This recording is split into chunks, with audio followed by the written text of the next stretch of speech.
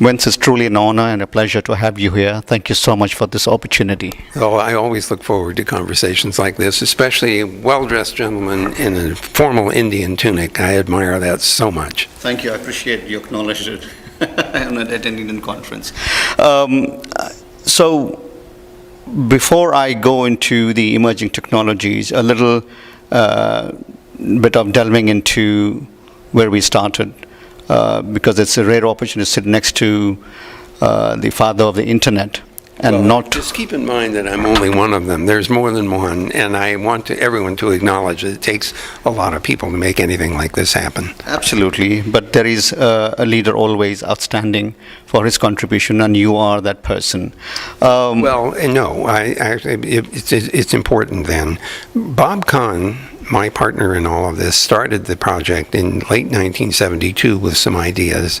He came to me at Stanford in early 73, laid out the problem, and we worked together on that, two hands on one pencil, but he deserves absolutely the same credit. We both just got the IEEE Medal of Honor for our work, and we've gotten many other honors together. And so I want to make sure that in this recording, Bob Kahn is understood as certainly the other father of the internet. Thank you for bringing that to our attention, and it's very worthy of you to mention that. Really appreciate it. You were just telling the kids, when I started, 32-bit was where I thought would be more than enough, and then we jumped to 128. So some thoughts on the nascent stages of how we started this to where we are now. I don't think anybody could have ever conceived where we are, but it is always good to look back. Well, this project started, first of all, the predecessor was called the ARPANET project, and it was an experiment to show whether packet switching was an effective way of implementing computer communication. But the project was intended to support research in artificial intelligence among about a dozen institutions. Two were commercial or private sector, and the rest were academic, MIT, UCLA, Stanford, and so on. So that project successfully showed that computers of different brands could be made to communicate with each other over a packet switched network. When Bob Kahn came out to Stanford in the spring of 1973, he had transitioned from Bolt, Beranek and Newman, the company that built the ARPANET backbone, and was working at ARPA. And he had this idea that computers could be used in command and control, but if that meant they could be in mobile vehicles, ships at sea, and an aircraft. You can't use dedicated telephone lines to connect the aircraft and the ships at sea. So he had already started working on a packet radio system and a packet satellite system to go along with the dedicated wireline ARPANET. And so the problem there was, how do we interconnect those things in a uniform way, make every computer on every network able to communicate with every other computer. So connectivity was everything. And that's how the project started. What became very exciting, of course, is that we actually got it to work. And around 1977, we did a 3-network test to demonstrate that a mobile vehicle in the Bay Area could communicate with a dedicated facility in Los Angeles, going through the entire ARPANET, the packet radio network, the packet satellite network, all the way back across the Atlantic and all the way down to Los Angeles, using these new TCP protocols. So that was the beginning of demonstrating that distributed computer communication was feasible using packet switching over multiple media. And that's sort of the ground base of the architecture. And then after that, it's a question of what kinds of applications can you build. And as the capacity of the system increased, as we introduced, for example, optical fiber networks in the early 1980s, suddenly our ability to carry traffic went up. Of course, the computers got faster as well. Today, in 2024, streaming video, audio, and video interaction is normal. Low latency, constant movement of information, to say nothing of moving data all over the place in our data centers and other people's data centers. So everything is scaled up by roughly a factor of 10 million over a course of about 50 years. And that's truly astonishing. It also, the application space has expanded dramatically. New protocols have been developed. those for the World Wide Web coming with the HTTP protocol sitting on top of TCP/IP. So the extensibility of this architecture has been frankly dramatic, and it's taken advantage of the fact that anybody who wants to build a new piece of protocol or add a new protocol at a particular layer is free to do that. And it's that freedom that has given the internet so much robust growth. So I want to pick up from the freedom part. Freedom is essential for any growth, regardless of where you are. And nobody has done it better than the US. Now that you travel around the world, evangelizing, do you see pockets of geographies where this is trying to be implemented? Because I don't think, like many other people, that there is no other place like Silicon Valley, in particular, for the openness, for the freedom. How do you think that, because technology is a double-edged sword, and everybody accepts that. So as you evangelize, this is very important to understand that it has to be for the human good. That's the propagation I think that should go out. Well, that's of course what I want and wish. But what we've learned, as you point out, that this is technology is often a two-edged sword. I mean, a classic example of this is a hammer. It can pound a nail and it can pound a head, and you decide which of the two. And we would, generally speaking, say that pounding a nail is constructive and pounding somebody's head is not. In fact, it's not acceptable. So figuring out how to inhibit bad uses or bad applications of powerful technology is a work in progress. I mean, we put laws in place, but they're not useful unless they can be enforced. And in particular, the internet environment is global in scope. The packets are completely unaware of crossing international boundaries. They don't even know what bits they're carrying. They don't know what they mean. This could be a piece of video or part of a web page or a piece of an email or something else, but the network is completely oblivious to that. So it doesn't know when it's doing something harmful. All it knows is it delivered the bits where you told them to go. So now we're back to figuring out, first of all, how do we recognize applications that are potentially abused or abusable? How do we detect that?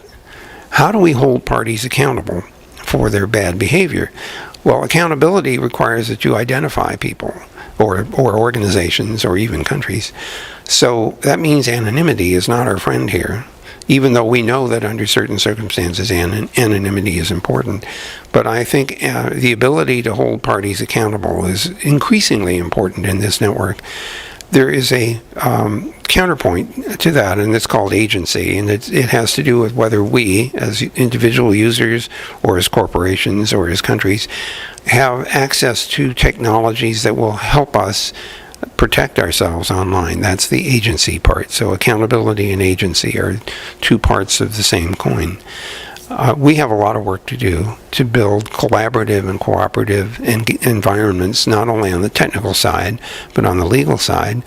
And I think companies like mine and others that build applications that have very direct impact on people should start thinking about bringing sociologists and psychologists and neuroscientists, anthropologists to understand better how these various technologies can be used and what potential harms they might induce. Human mind is incredibly capable of learning, understanding and evolving, and then you create things. Not very long ago, people worked 8-hour shifts, didn't have much to read the newspapers, maybe 1 or 2 channels of news to watch, family and weekend games and parties, and that's pretty much it. Now we have this incredible device on our hand. 24/7 we are connected. We are absorbing information like anything. I don't know what is coming out, but a lot is going in. So the question is, especially for the younger generation, I mean, you turn on your phone, 2 hours is just gone just like that. So how do we then contain ourselves yet try to evolve as human beings? Because who would have thought 50 years ago that we could be absorbing so much information and yet be able to compress all of that and make some sense out of it? So this is not a new problem. I would say that even the older media, let's set aside the internet and the web and everything else, the older media were still produced in such a large quantity that you didn't get very much of it. And so you didn't read every published book, you didn't watch every movie, every television program, every radio program. So you did your own filtering. And the way that typically worked is that you look for the New York Times book review, or you turn to your friends and you said, what books are you reading, what movies are you watching? We also relied on a kind of common understanding of in the scientific community of facts. Now, I will say that in 2023, probably the worst meme ever introduced into the English language is alternative facts. There are no alternative facts. There are facts. And the idea that you can argue from a position of my facts are, better than your facts has become quite harmful in my view. So I hope that everyone who comes into contact with these broad range of content starts to use the wetware up here to exercise critical thinking. And I think we should teach kids from the get-go that how to do critical thinking, how to ask questions. Where did this come from? Is there corroborating evidence to assertions being made? What was the motivation behind the party who put this information in place? What are they trying to get me to believe? So I think that we still have a lot to learn to deal with the social impacts of these technologies that we are absorbing, but not necessarily processing very well. AI is the new buzzword. There have been plenty others over the years and decades. It has the potential to change tremendously all aspects of our lives. When you look at it, I still think that human mind is much stronger, more capable than any AI, because at the end of the day, the humans who are writing all this. What really excites you going forward? If you two ways. If you were to go back to your 30s, or if you were to live 120, 130, where would you like to work, on what technology you think? Oh my, let's unpack that question, because you've got a lot of pieces to it. Let me start out with the power of the human mind and the power of artificial intelligence. One of the things that artificial intelligence, as it's currently implemented, can do is operate at scale. So as an example, I'm language impaired. Ich spreche ein wenig Deutsch. Ja, говорю медленно и плохо по-русски. Je ne parle pas français, etc.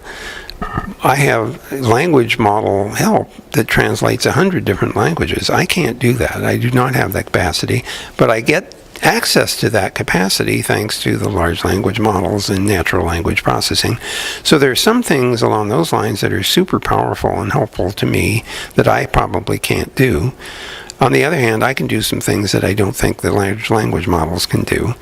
But they have demonstrated some remarkable capacity for generating output and in some cases conflating things that produce counterfactual output. So I see those as tools primarily. I hear people being trained in prompt engineering. This is a term that didn't exist until about a year ago. And it's about how do you get a large language model to do something useful.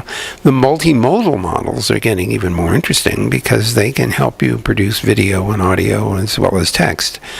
But I see these primarily as tools. Now, we can use tools in a variety of ways, some good and some bad. But I get very excited about the potential there. The question is, how do we learn to use those tools in the most productive and constructive ways? And that's your point. We should be motivated to do that as opposed to use them in abusive ways. We need to be able to either get the tool to avoid the use of the tool in a destructive way, or at least be able to detect its use and to try to inhibit that. My second part of the question was, what do you think will excite you to work if you were? Yes, thank you for reminding me. So if I were starting over again right now, I would be going down microbiology. I have become utterly fascinated by cells and how they work. I used to think of a cell as a kind of a bag of water, with chemicals in it, and they banged into each other and stuff happened. No, couldn't be farther from the truth. Cells are as complicated as downtown Manhattan. They have all kinds of functionality. There are little microtubules that carry proteins from one part of the cell to another. Cells interact with each other by using chemical signals. There are internal chemical interactions that take place, chains of interactions that ultimately end up in, for example, the production of new proteins through the interpretation of DNA. So if I were to go back to school again and starting over, knowing what I know now, I would be going down that path trying to model what's going on in complex cells. And my last question is on schools and education. From the time you were at school to the generation after you, I think a lot of people say that that was the best years for America. Some of you may not agree, and I can see you don't necessarily agree with that. So the question is, when the world is in your palm and technology is all pervasive and available to anybody in the world, the Asians, including Indians, have done amazingly well in terms of academics, Chinese, Koreans, Taiwanese, and all that. So, but they don't focus as much on humanities. It's very focused on STEM, because that's pretty much what we were taught growing up in India, even to today. So IITians have done an amazing job across the world, especially in the US. But IITians kids who are born and raised here, not all of them are very keen in STEM, because we also focus on humanities. That is an essential element, or elements, I think.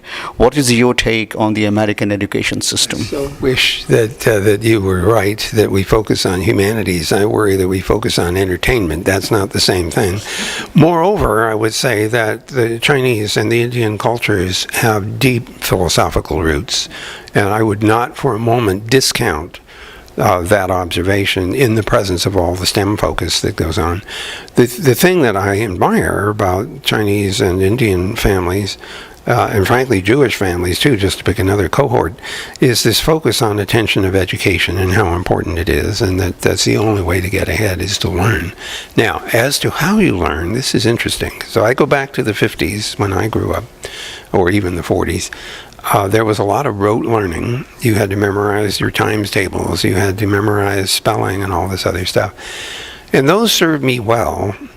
But I've noticed that we have increasingly have additional tools to help us with those facts without necessarily having to pull them out of our heads. However, the tools that we have now allow us to do something with that information, or to get the information when we need it. And so one of the interesting things I've noticed about younger generations and the YouTube product is that instead of going to Google search, they often will go to YouTube to find out how to do something. And so they say, how do I do X for some value of X? And there'll be 17 videos that show up. The part that astonishes me is that somebody went to the trouble of making a video to show somebody how to do some obscure thing, like changing the spark plug on something. And the fact that they have the capacity to do it, that the facility is there to let them share their knowledge, it excites me. Also, this is learning by doing, because what you're doing is basically finding out how to solve a problem you have right now. I can tell you that learning is reinforced when you use what you learned as soon as possible, as opposed to, why am I memorizing this? Why am I learning how to solve this geometric problem and show the proof? I used to tutor kids in junior high and high school, and trying to tutor them in geometry to make a proof, their natural reaction is, when am I ever going to use this in normal life? I mean, this is silly. And of course, the answer is, you'll never use a geometric proof in normal life. But the reasoning behind it, the mechanics of reasoning your way to a solution, proving the solution, that's valuable and important. But it's very hard to tell a 13-year-old that that's worth his time or her time. No, it's been, again, an absolute pleasure. Thank you so much for your time. You have done an amazing job and a great service, not just to Americans, but people across the world. Thank you again. Well, thank you for the opportunity. I appreciate that.